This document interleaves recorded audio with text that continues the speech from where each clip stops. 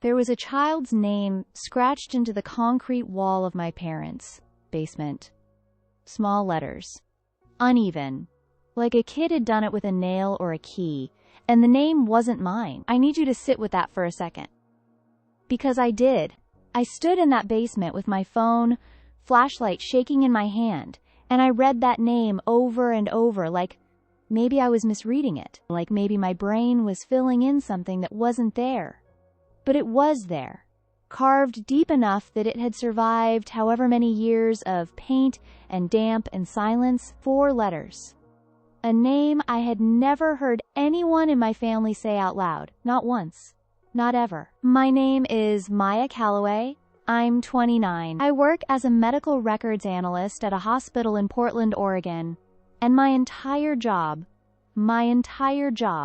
is to find the thing that doesn't belong, the date that's off by a year, the name that doesn't match the file, the detail someone buried hoping nobody would look twice. I'm good at it. I've always been good at it. My mother used to say I was too observant for my own good. She meant it as a criticism. I always took it as a compliment. I was home for what was supposed to be a normal weekend visit. My parents live 40 minutes outside Portland, in a house they've owned since before I was born. 3 bedrooms, a big yard, a basement my dad used for storage and his model trains and whatever else men of his generation disappear into on Sunday afternoons. I had been in that basement 100 times growing up. Maybe more. I knew every shelf, every box, every corner. Or I thought I did. Before I tell you what I found, I need to tell you what I heard first, because the name on the wall would have meant nothing without the conversation I wasn't supposed to hear 2 nights before. I had come home Friday evening. My parents didn't know I was arriving until late. I'd changed my plans last minute and didn't call ahead because I genuinely didn't think it mattered. I pulled into the driveway around 9:30, and the kitchen light was on, and I could see my parents through the window before I even got to the door. They were sitting across from each other at the kitchen table. No food, no drinks, just talking. And even from the driveway, something about it felt wrong. My dad had his hands flat on the table like he was steadying himself. My mother had her arms crossed, which she only does when she's scared, not when she's angry. I know the difference. I stood at the door for a few seconds longer than I should have. I'm not proud of it, but something stopped me from knocking. And I think part of me already knew on some level that whatever was happening inside that kitchen was not something they were going to repeat in front of me. I couldn't hear full sentences, just fragments through the glass, but 2 things came through clearly enough that I have replayed them in my head approximately 400 times since. My mother said, "She can never find out about the other child." And my father said, in a voice I had never heard him use before, low, almost defeated, "She's going to find out eventually. Things like this don't stay buried forever. She can never find out about the other child." I stood on that porch for I don't know how long. My keys were in my hand and I couldn't make myself put them in the lock. My brain was doing that thing it does when it gets a piece of information it doesn't know where to put. It just keeps rotating it, looking at it from every angle, trying to find an explanation that makes sense. My parents had been married 34 years. I was their only child. I had a birth certificate, a baby album, a bedroom full of 3rd-grade art projects and middle school ribbons. I was theirs. I knew I was theirs. But then, what child were they talking about? Whose child? What were they hiding? And from who? From me. I knocked. I smiled. My mother hugged me and said she was so glad I came early. My father made me tea and asked about work, and I sat at that kitchen table. The same table they had just been sitting at, with their hands pressed flat and their voices low. And I nodded and laughed and said everything was fine, because that is what we do in this family. We smile, and we set the table. I learned that before I learned anything else. But I'm a medical records analyst. I find the thing that doesn't belong. And now I had a piece of information I couldn't unfind. and I needed to know what it meant. If you've never experienced the specific feeling of sitting across from people you love and realizing there is an entire dimension of their life you have never been allowed to see, I don't know how to explain it exactly. It's not anger.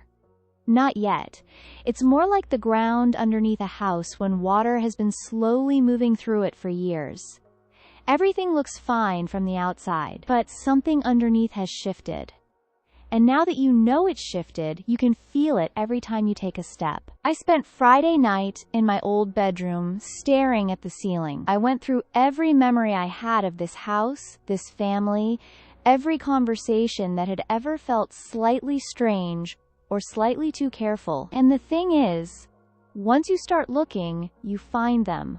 All the moments that didn't quite fit. The way my mother changed the subject when I asked why there were no photos of her pregnant with me. The way my dad once said, "Your mother had a hard time before you came along," and then stopped like he'd said something he shouldn't. The fact that I found adoption paperwork in a drawer once when I was 14, and asked my mother about it, and she said it was from a charity they used to donate to, and I believed her, because why wouldn't I believe her? I believed her because she was my mother. Saturday morning came. My parents went to the farmer's market like they do every weekend, and they asked if I wanted to come, and I said I had some work to catch up on. The moment their car left the driveway, I was in the basement. I told myself I was just looking, just gonna poke around a little. I wasn't gonna find anything, but there it was.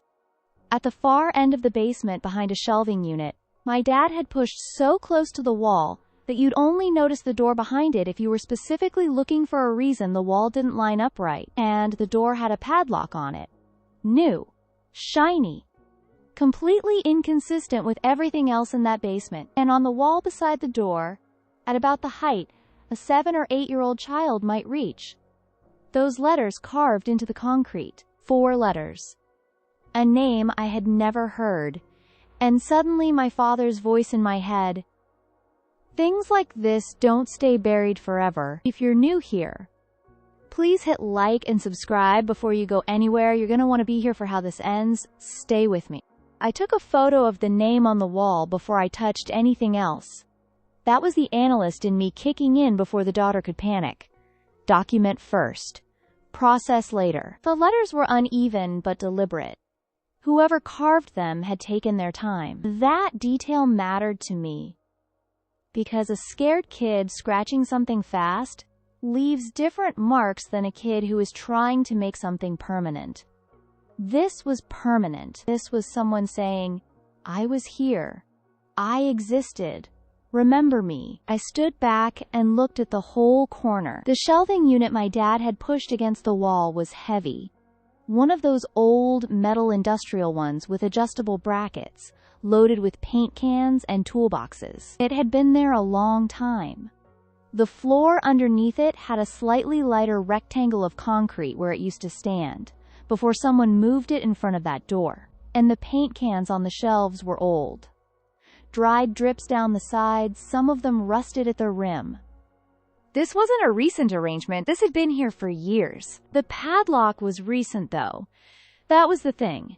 Everything else in that basement was worn down and dusty and had the settled look of things that haven't been moved in decades. But that padlock was clean. No rust. No dust in the keyhole. Someone had put it there not that long ago. Maybe weeks. Maybe a month or two. Recently enough that there was a reason for it, which meant something had changed. Whatever was behind that door had existed in this house for a long time. But someone had recently decided it needed to be locked. I went back upstairs and sat at the kitchen table with my hands wrapped around a coffee mug and my brain running hard and fast the way it does when I'm working through a records discrepancy at work. I make a mental list. I separate what I know from what I'm assuming. What I know. My parents were talking about someone they called the other child. My mother specifically said I couldn't find out. My father said it wouldn't stay buried. There is a room in the basement, behind a padlocked door that someone recently decided to seal off. And there is a child's name carved into the wall beside it. What I'm assuming. Everything else. I needed more facts. I needed to slow down and think like an analyst and not like a 29-year-old who just had the ground shift under her. My parents got home from the farmer's market around noon. My mother brought back tomatoes and a loaf of sourdough and was in a genuinely good mood. The kind that made the whole thing feel more surreal, not less. My dad unpacked the bags and made sandwiches, and we sat on the back porch, and it was completely, perfectly, unbearably normal. And I watched them. The way I watch a file when something isn't adding up. I watched for the small things, and they were there. They were absolutely there once I was looking for them. My mother never mentions the basement. Which sounds like nothing, but think about it. We were talking about the house, about some things my dad wanted to fix up, and she talked about the kitchen and the back bedroom and the yard. She did not mention the basement. Not once. She stepped around it like a person stepping around a hole they've known was there for years. Automatic. Unconscious. She didn't even realize she was doing it. My dad did something more specific. We were talking about storage, whether they needed more shelving, and he said, "I've got plenty of space down there." And then he paused, a beat too long. And my mother picked up the conversation without missing a step, moved it somewhere else entirely, and my dad let her. They have been doing that together for so long it looked like breathing. That afternoon, my mother went to take a nap, and my dad was in the yard, and I went to my old room and started going through the things I knew were there. Not the things on display, the baby photos, the school pictures, the framed drawings, but the things I had looked at as a teenager and filed away as unimportant. The box at the back of my closet that still had some of my old notebooks and yearbooks. The box I had never taken to Portland because it felt like it belonged here. I pulled it out and went through it carefully. There was a card in there. One of those big paper birthday cards, the kind that folds open. It was in an envelope that had my name on the front in my grandmother's handwriting. I remember getting it. I was turning 9, and my grandmother was already sick, and she couldn't come to my party, and she mailed it instead. I remember it because she had tucked a $20 bill inside, and I bought a book with it. But I didn't remember, or I had never noticed, because I was 9, that on the inside of the card, in the bottom corner, in her slightly shaky handwriting, she had written a second note, separate from the birthday message. Small and careful, like she wasn't sure if she should write it at all. It said, "You are so loved, Maya. You were wanted from the very first moment. Never forget that, no matter what anyone says or doesn't say. You were wanted from the very first moment. No matter what anyone says or doesn't say." I sat on my childhood bedroom floor and read that line 15 times. Because a grandmother writing that to a 9-year-old doesn't write that out of nowhere. You tell a kid they are loved and that you're proud of them. You don't tell a kid they were wanted from the very first moment. Unless there is a reason a child might someday wonder if they were. My grandmother died 6 months after that birthday.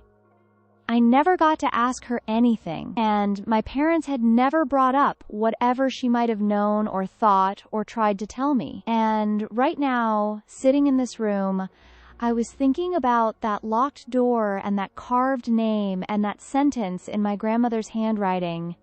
And something was slowly connecting. I had a cousin, my dad's sister's daughter, named Petra.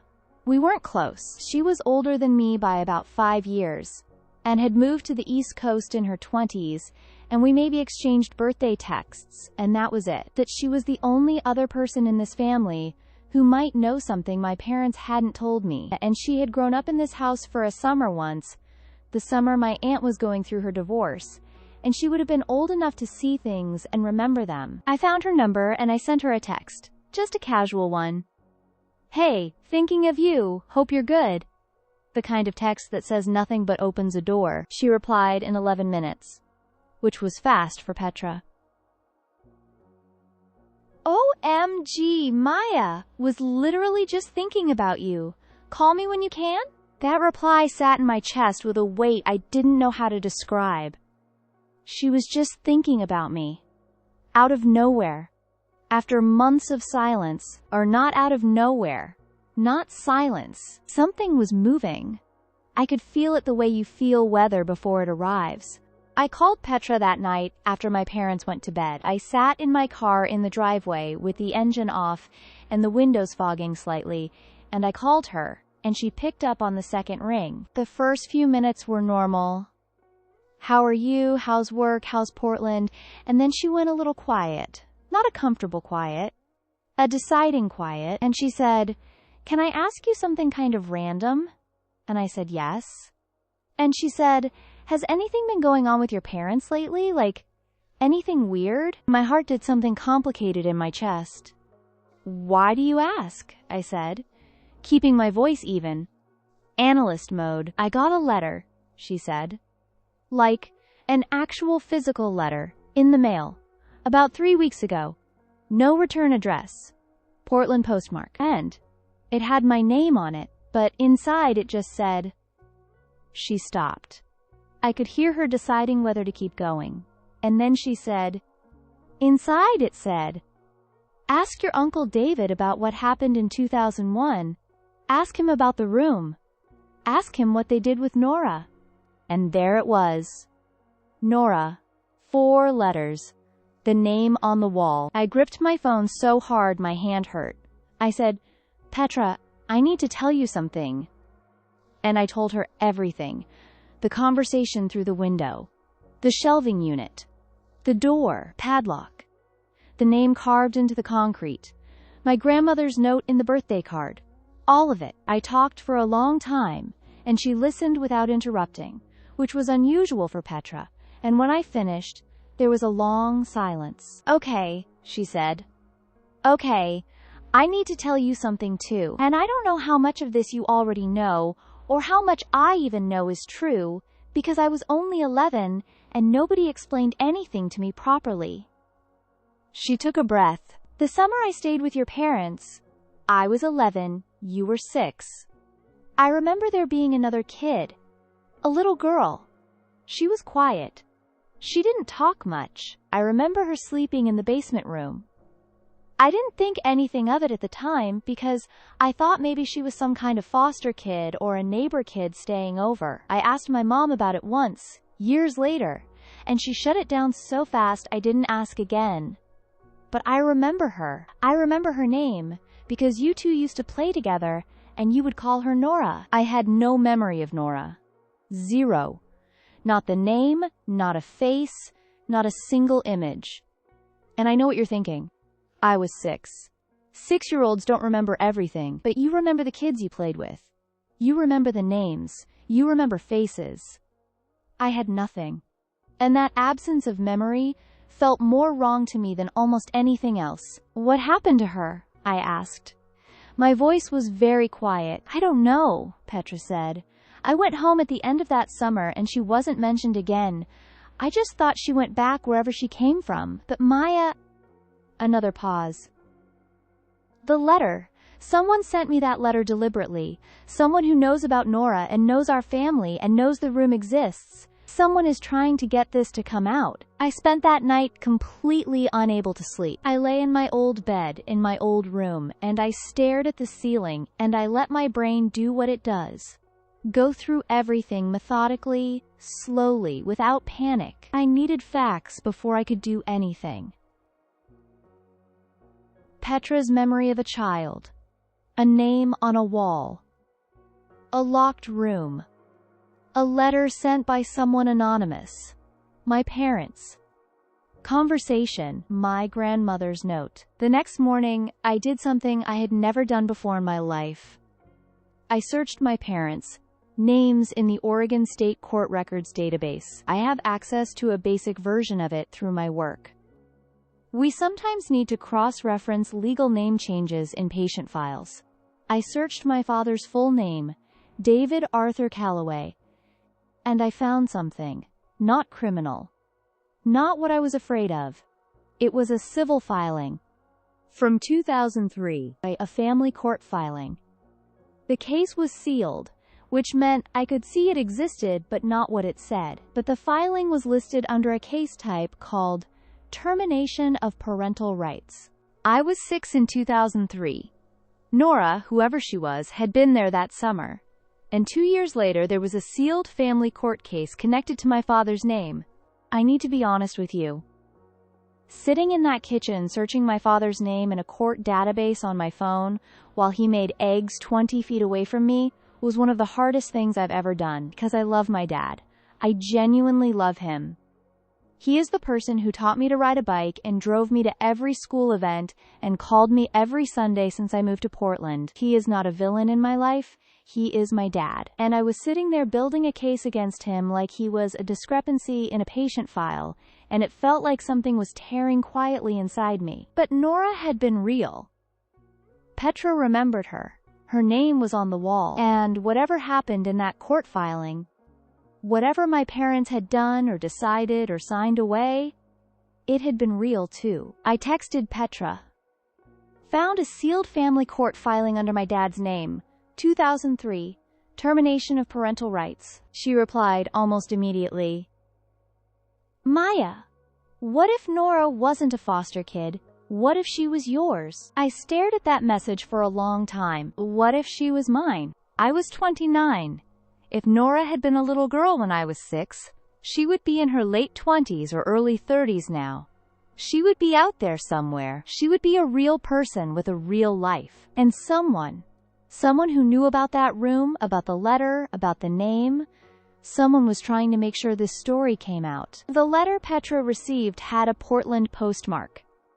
I lived in Portland, but I hadn't sent it, which meant someone else in Portland knew about this. Someone who knew Petra's name and address. Someone who had been sitting on this information and had decided now was the time. My phone buzzed. Not Petra this time. A number I didn't recognize. Portland area code. A text message that said only, "Check the room behind the shelf. The answer to everything is in there. And your parents know I'm looking." I read that message 4 times. Then I screenshotted it, noted the number, and sent it to Petra. My hands were steady. That surprised me. I thought my hands would be shaking, but they weren't. Something had clicked over inside me. The part that panics had gone quiet, and the part that solves problems had taken over completely. I needed into that room. I needed to do it without my parents knowing what I was doing, and I had maybe one more day before my visit was supposed to end, and I was supposed to drive back to Portland and leave all of this behind in this house where things apparently did not stay buried forever. Sunday morning. My parents had church. They go every Sunday, have gone my entire life, and they are usually gone for 2 hours minimum because my mother's friends are there and she talks. 2 hours was enough. I waited until their car was fully out of the driveway, gave it 5 minutes, then I went to the basement. I had already decided I wasn't going to force the lock. I was going to find the key, and I was going to find it the way I find anything I'm looking for. Methodically, patiently, starting with the most logical place and working outward. My dad keeps a small wooden box on his workbench. It's the kind of thing that's been in the same spot so long it becomes invisible. It's where he puts the keys to things. The storage shed, the old truck he sold 6 years ago, random padlock keys he's accumulated over decades. I had seen that box my entire life. I had never looked inside it as an adult with a reason to. The padlock key was in the box. It was on its own small ring with no label. It was the newest key in the box by about 20 years. The door opened on the first try. The room was not large. Maybe 10 feet by 10 feet. Concrete walls, concrete floor.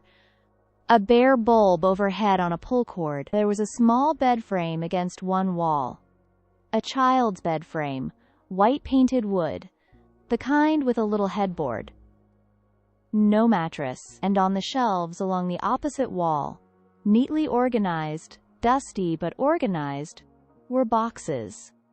Regular cardboard boxes with dates written on the sides in marker. The dates went from 2001 to 2003. I pulled the cord and stood in that yellow light and breathed for a second. Then I started going through the boxes. I'm not going to tell you I wasn't scared. I was. But I needed to know. Whatever was in those boxes was the thing my parents had been protecting for 23 years, and it had a child's name carved in the wall outside it. and I was not leaving this room without understanding what had happened. The first box was clothing. Small clothing. Girls' clothing, maybe sizes for a 5 or 6-year-old. Neatly folded. Some of it had little tags still on it. There was a drawing in the bottom of the box, a crayon drawing on lined notebook paper of 2 stick figures holding hands, one tall and one short, and at the bottom, in unsteady kid handwriting, it said, "Me and Maya." Me and Maya. I had to put the box down and stand up straight and breathe for a full minute before I could keep going. The second box was documents. And this is where my training, years of reading records, understanding what documents mean and how they connect, this is where it mattered. There was a social services intake report from 2001. A child named Nora Beth Whitfield, age 4, brought into Oregon's foster care system after her mother, listed as a single parent, was hospitalized following a mental health crisis. The child had been placed with a licensed foster family, and the foster family listed on the report was David and Catherine Calloway, my parents. They had fostered her. Nora had not been some mysterious stranger. She had been placed with my family. She had slept in this room and played with me and drawn me a picture of us holding hands. And then she had left, and I had been 6 years old, and nobody had told me anything, and somehow I had simply stopped remembering her. The third thing in the document box was harder. It was a letter. Handwritten. Addressed to my parents. The return address on the envelope was a Portland street address that no longer existed. I could tell because the zip code format was old, and the street name was one I didn't recognize. The letter.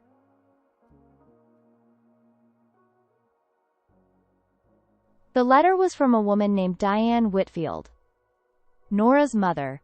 It was dated early 2003, and it said she had been doing better. She had been out of the hospital for a year. She had a stable apartment and a job, and she was ready to have her daughter back, and she was asking my parents if they would support her reunification case. The letter was gentle.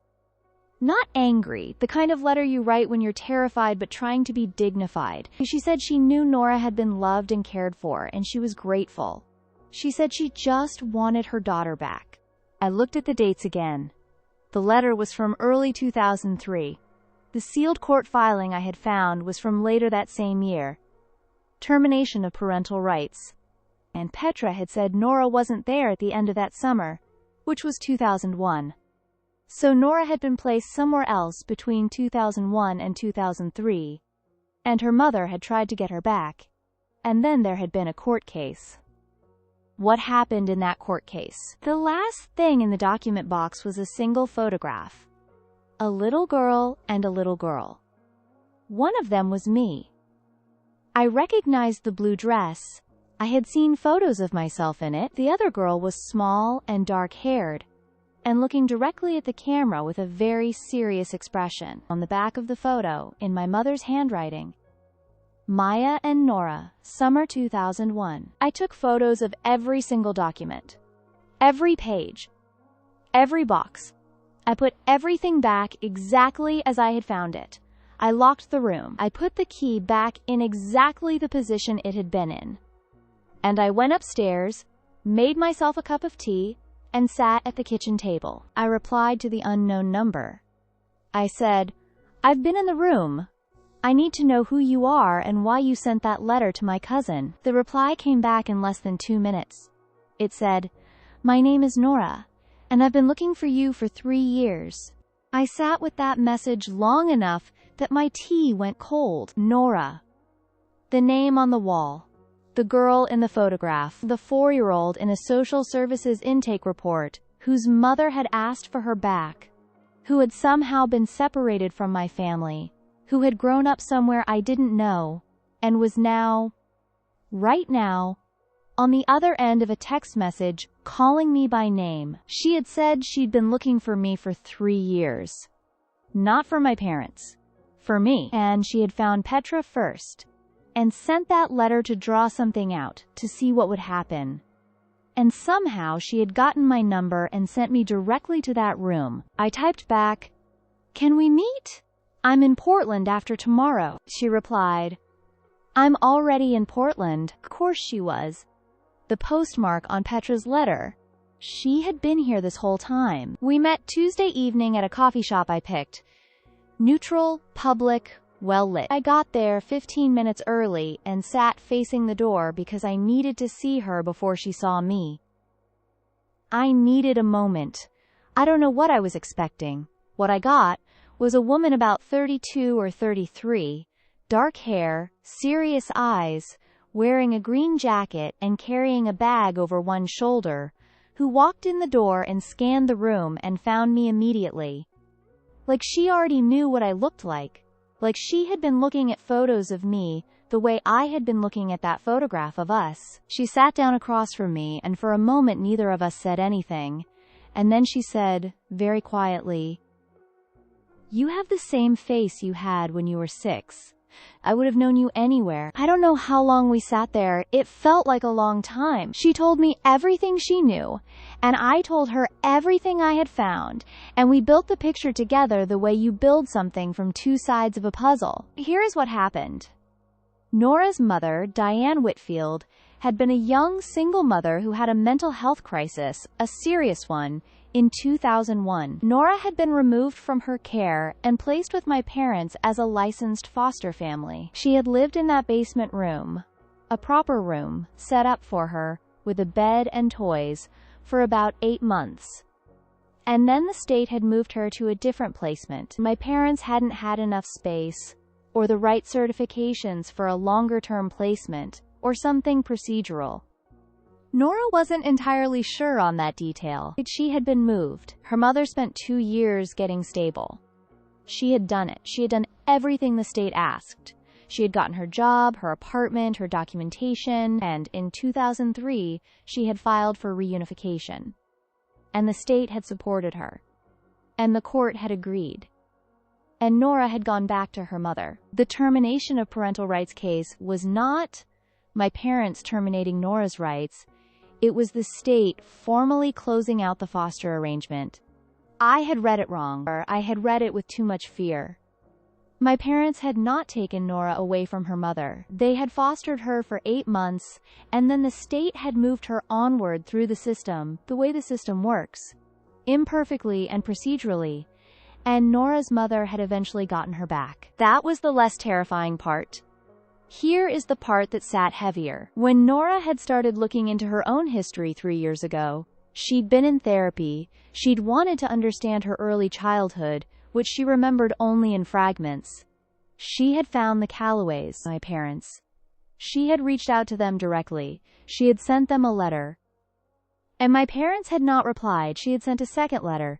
No reply. She had called once, and my mother had picked up.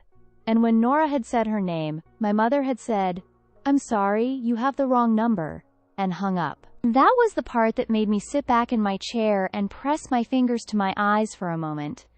Not because my parents were monsters. They weren't. They were people who had fostered a child for 8 months when they were younger. Had loved her. Had said goodbye to her through the system in the way the system required, and had then done what people do with grief that doesn't have a clean shape. They buried it. They sealed the room. They pushed the shelf in front of the door. They made a life around the absence. But Nora was a person. Not an absence. A real adult woman who had fragments of a childhood she was trying to piece together. Who remembered a blue house and a little girl in a blue dress and a basement room where she used to sleep. And who had every right to knock on that door. My parents hadn't protected me by not telling me. They had protected themselves. From the guilt of moving on. From the discomfort of explaining. From having to look at what it meant to love a child for 8 months. And then let the system take her and close the chapter and never speak of it again. They had made me complicit in a silence I hadn't even known I was part of. I called my mother that night. She answered on the second ring, and I could hear immediately from her voice that she knew. Maybe she'd gone to check the room and noticed something. Maybe the way I'd been all weekend had told her more than I realized. She's my mother. She knows my face. "You found the room?" she said. "Yes." I said. And I found Nora. There was a very long silence. And then my mother did something I had not expected.